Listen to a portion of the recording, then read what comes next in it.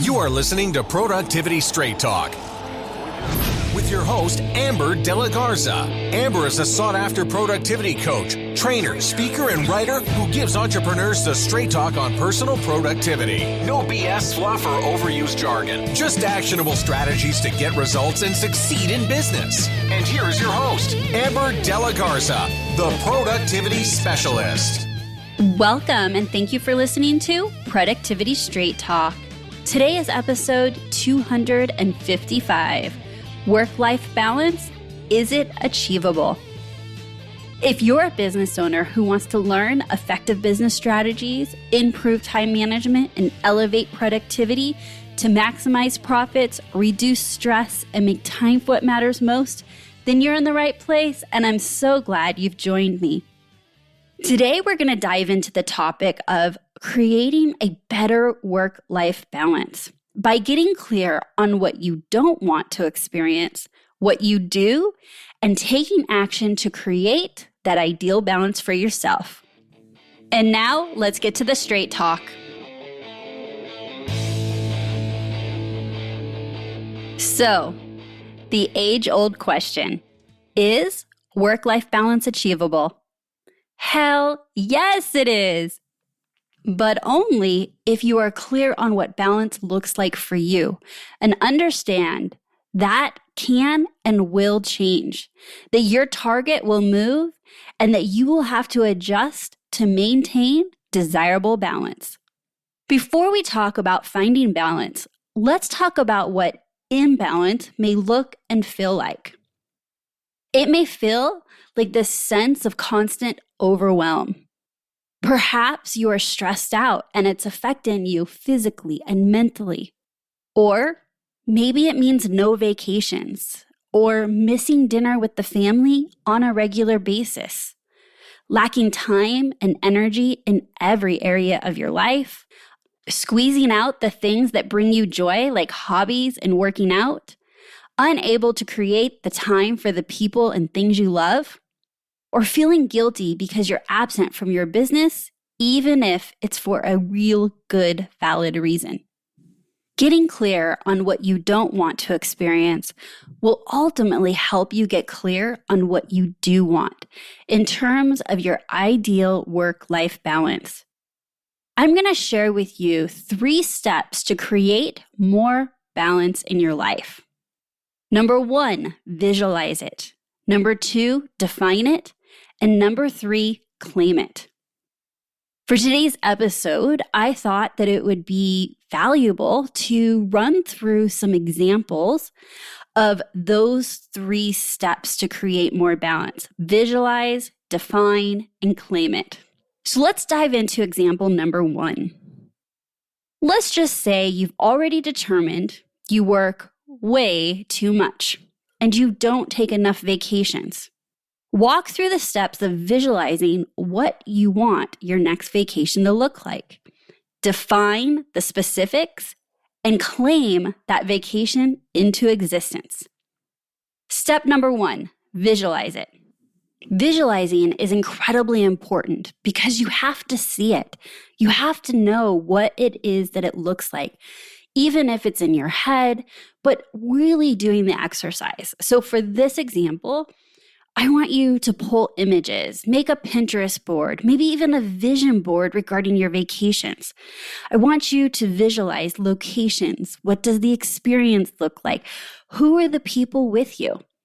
Does your dream vacation mean white sandy beaches, or does it mean a cabin cozy by the fire in the mountains?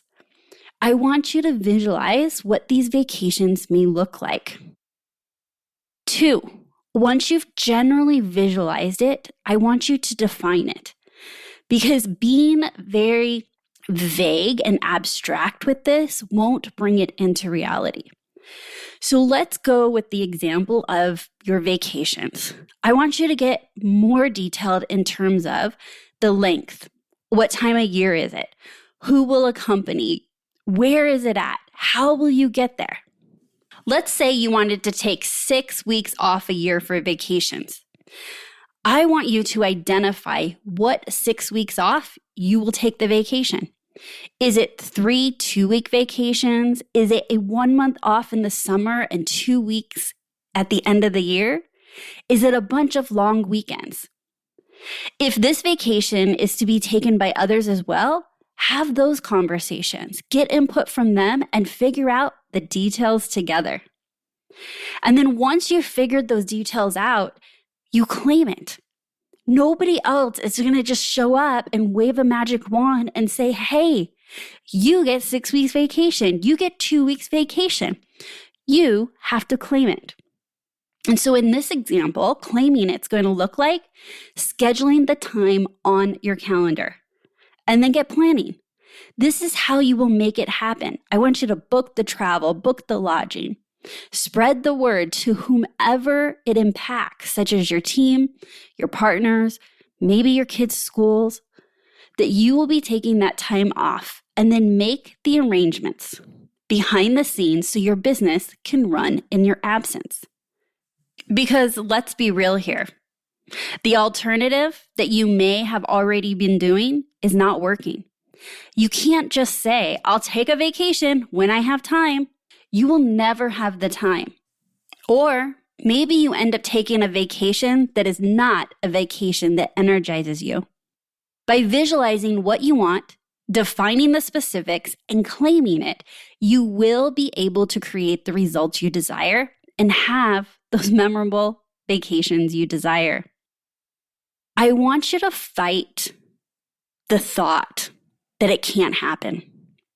Your brain is going to tell you all the reasons why you need to be in your business, why it may not be possible. And I often refer to those little voices. And sometimes you need to shut those voices up. But other times, those voices, if you listen to them and don't judge them, are the voices telling you where you can make improvements in your business, where you can make different choices. So as you find yourself in this example, claiming the vacation, I want you to be aware that if you need to figure out how to make your business run in your absence, start solving for that. And when you claim the vacation, and then you work to solve that, it becomes your reality. But if you never take the time to visualize it, define it, and claim it, you may never really do the work that it will take to change your reality, to work towards a more work-life balance. Example number 2. So for example, let's just say you've determined your life would feel so much more in balance if you made it home for dinners. No more late nights. Walk through the steps of visualizing what you want being home for dinner to look like. Define the specifics and then claim it into existence. So number 1, visualize being home for dinner. It could be family dinner around the kitchen table, or perhaps your favorite restaurant, or the, fast food on the way to take the kids to their activities. Is it a boxed meal that's easy to cook? Is it cooking with your family, or is it sitting in front of the TV watching a good movie and having dinner? What does being home for dinner look like for you? 2, define it. I want you to get really specific. I want it to be so specific that you say, I'm going to be home for dinner 2 nights a week, or I'm going to be home for dinner at 6:30 5 nights a week. Or maybe even dinner will be anywhere between 6 and 7 each night. And so by defining that, you can get clear that you need to end your workday by 5:30.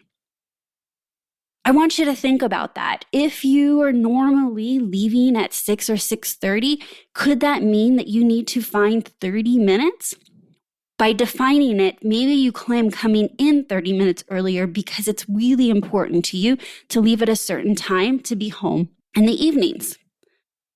3, claim it. So once you have visualized it, what does that look and feel like? And then you have created some specifics around it. I want you to claim it. Make your dinners a non-negotiable in your schedule.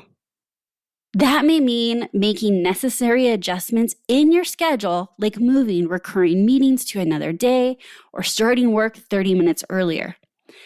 Actually add family dinner at 6 o'clock on your calendar like you would for any other important meeting.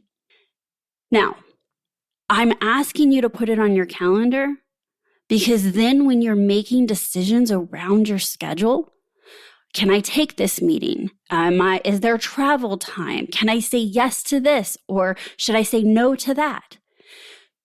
You really want to put what's important to you on your calendar and treat it and honor it as you would a meeting with somebody else.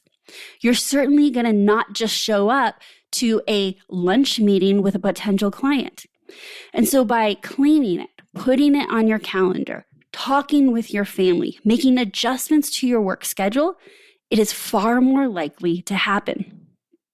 And this example, all the examples I'm going to share with you is true. If your brain plays tricks on you and starts chattering and telling you why you can't be home by 6 o'clock or why you can't be home by 5 o'clock, listen to it. Is it true? Challenge it. If it needs to be quieted, quiet that voice. Prove it wrong. Or ask yourself, is it true? And if it's true, what needs to be addressed to make this possible? You are determining that work-life balance is the goal. Work-life balance is what will bring you more joy and reduce stress.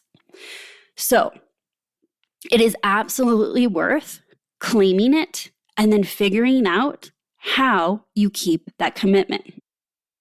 I'm going to go through one more example. So example 3.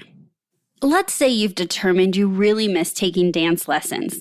You were just getting the tango down a couple years ago when you started scaling big time and you had to quit because you were too overwhelmed by the influx of new clients. You'd love to take up ballroom again. So let's walk through the steps of visualizing what you want, defining the specifics, and claiming that into existence. Step number 1, visualize it. Visualize getting all dressed up and showing up to class.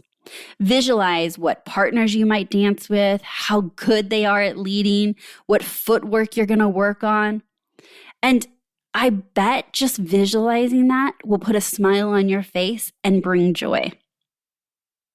Step number 2, define it. You decide you want to take 2 classes a week. See how we're getting more specific? And you even get even more specific and you think to yourself, Wednesdays would be a great night to attend a dance class because it's midweek and the kiddos don't have any activities going on. And then perhaps you can squeeze one more in on the weekends, like a Saturday morning. To help define this, I want you to research studios that are nearby. Who are the instructors? What styles do they teach? And what days and times are those classes offered? Keep getting clear. I want you to decide what will fit best into your schedule. Staying committed to your idea of wanting 2 classes a week. So once you've broadly visualized it, you're going to get more specific by defining it. Then once you've defined it, you claim it. I want you to talk to your support network, be it your spouse or your mom, or maybe even you need a babysitter. Could they help out with dinner, perhaps on Wednesday nights to make it easier to get to dance class? How about watching the kiddos for a couple hours on the weekend for you? Once you've got that figured out, register for your classes and buy any dance apparel you might need so that you're prepared to dive right back into your hobby on the first day. And most importantly, make sure you add your classes to your calendar so that you can stay committed to making you and your hobbies a priority so you can feel more balanced. Claim it on your calendar so you start working your schedule around it because it's non-negotiable. And sometimes, in order to achieve more balance, you simply need more time. And that means you need to be more efficient with your time so you have more time left over for your personal life. And you've got to do that intentionally so that that reclaimed time is invested in your priorities and not meaningless hours watching TikTok reels. Work-life balance is achievable. My hope is that while you are conquering your business goals, you are also living your dream life. Today's episode was to empower you and encourage you to take the necessary steps to create the work-life balance that you desire. I see too often in the work I do with my clients that it's so easy to get, honestly, so busy that you don't even take the time to really visualize what that could look like.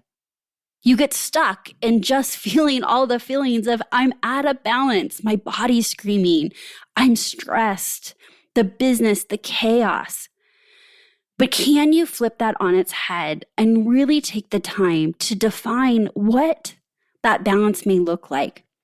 And step by step, start implementing it. And implementing it means that you've visualized it, defined it, claimed it. Listen to those voices, shut them up when they need to be shut up, and lean into them for clues about where in your business that you can make improvements to make that a reality. It is not like you can just wave a magic wand. I get that. You run real businesses. You live real lives. But what I can tell you is this is absolutely possible because this is the work that I do with my clients. If there are things that are holding you back from claiming it and showing up for it, how do you build a business that allows you to honor what you desire as your work-life balance? You are the only one that can decide what balance is best for you, for your family, and for your business. But once you've determined what you want to experience for your life to be more in balance and not so much all work and no play, commit to walking through the 3 steps of visualizing it, defining the specifics, and claiming that into existence. Only you know what true balance for you feels like, so you must take action to make the changes necessary to feel less one-sided and more balanced and fulfilled. As Napoleon Hill said, you are the master of your destiny. You can influence, direct, and control your own environment. You can make your life whatever you want it to be. I sure hope you have enjoyed today's episode, and I have loved having you tune in to Productivity Straight Talk. No change, no change. Without taking action, nothing will change for you or your business. I think a great next step for you to take action here is to schedule some time, create the time, claim the time to sit down and visualize what that balance is going to look like for you. Answer the question, what do you want? What do you want more of? And then once you've started the process of visualizing it, follow through by getting specific and defining it and claiming it. If you desire more work-life balance and you want support and coaching around that, I would love to talk to you. The work-life balance, the strategizing, what specifically needs to be worked on in the business to claim that balance, to regain control of your environment, as Napoleon Hill said, I would love to work with you. You can find out more about working with me and schedule a discovery call by heading on over to amberdelagarza.com/coaching. And before we close out today, if you are new here, make sure you hit subscribe so you don't miss another episode. And I have a special thank you going out to AJR123785, who recently said, now that's their username on Apple, but whoever you are, you know who I'm speaking to. They recently left a review and said, great host and quality content. love this podcast. Amber is an excellent interviewer, and the topics of discussion are always valuable for my personal and professional life. I want to thank you so much for taking the time to leave a review, letting me know the impact the podcast has had, but more importantly, letting others know. If you enjoyed today's episode, think of one or two fellow business owners that could find value in listening to it and send it to them. So that's my straight talk for today. Until next time, have a productive week.